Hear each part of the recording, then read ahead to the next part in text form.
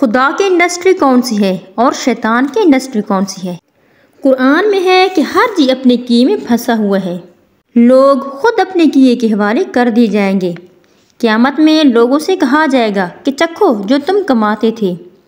یہی بات حدیث میں ان لفظوں میں کہی گئی ہے کہ یہ تمہارا اپنا کیا ہے جو تمہاری ہی طرف لوٹایا جائے گا۔ حقیقت یہ ہے کہ ہر آدمی ایک انڈسٹری ہے، مومن خدا کی انڈسٹری ہے اور غیر مومن شیطان کی انڈسٹری۔ ہر آدمی جو کچھ ہے اس کے مطابق وہ اپنی پیداوار کا ڈھیر لگا رہا ہے۔ خدا کے علم کے مطابق آدمی جب اپنے حصے کا کام کر چکا ہوتا ہے تو اس پر موت آ جاتی ہے۔ اس کے بعد اس کی اگلی زندگی شروع ہو جاتی ہے، جہاں وہ ابدی طور پر اپنی اگائی ہوئی فصل کے حوالے کر دیا جاتا ہے۔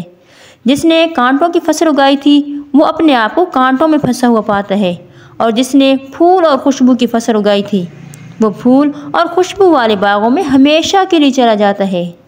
انڈسٹری کیا ہے؟ انڈسٹری وہ نظام ہے جس کے اندر خام مال ڈالا جائے اور پھر وہ تیار شدہ سامان کی صورت میں برآمد ہو۔ اب سوال یہ رہا کہ مومن خدا کی انڈسٹری کیسے ہوتا ہے؟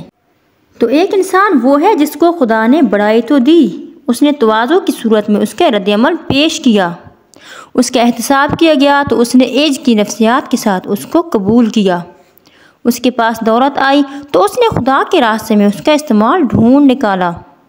اس کو مواقع ملے تو وہ ان مواقع میں اپنے آپ کو خدا کی طرف دفن کرنے پر راضی ہو گیا۔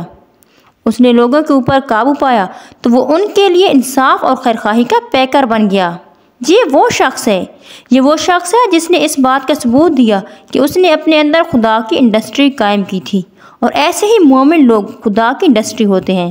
جو چیز بھی ان کے اندر داخل ہوئی وہ ربانی پیکر میں ڈھل کر باہر نکلی۔ اب دوسرا انسان وہ ہے جس کی انڈسٹری صرف زہر اور انگارے برآمد ہوئے۔ اس کو جب موقع ملا تو اس نے اپنی بڑائی کا جھنڈا بلند کیا۔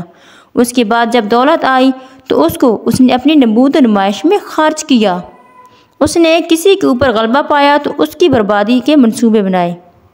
اس کو کسی سے اختلاف ہوا تو اس نے زہریلے کلام اور آتشین عمل کا مزہ چکھایا۔ اس سے جب کسی کا معاملہ پڑا تو اس سے خود غرضی، بے انصافی اور دھاندلی کا تجربہ ہوا۔ ایسا آدمی شیطان کی انڈسٹری ہے۔ ایسا آدمی گویا اپنے اندر شیطان کی انڈسٹری قائم کیے ہوئے ہے۔ جو چیز بھی اس کے اندر داخل ہوئی وہ زہر اور آگ اور بدبو بن کر اس سے باہر نکلتی ہے۔ موت کے بعد اس کی یہ پیداوار اسے گھیر لے گی۔ وہ اپنے آپ کو خود اپنے بنائے ہوئے جہنم میں پھنسا ہوا پائے گا۔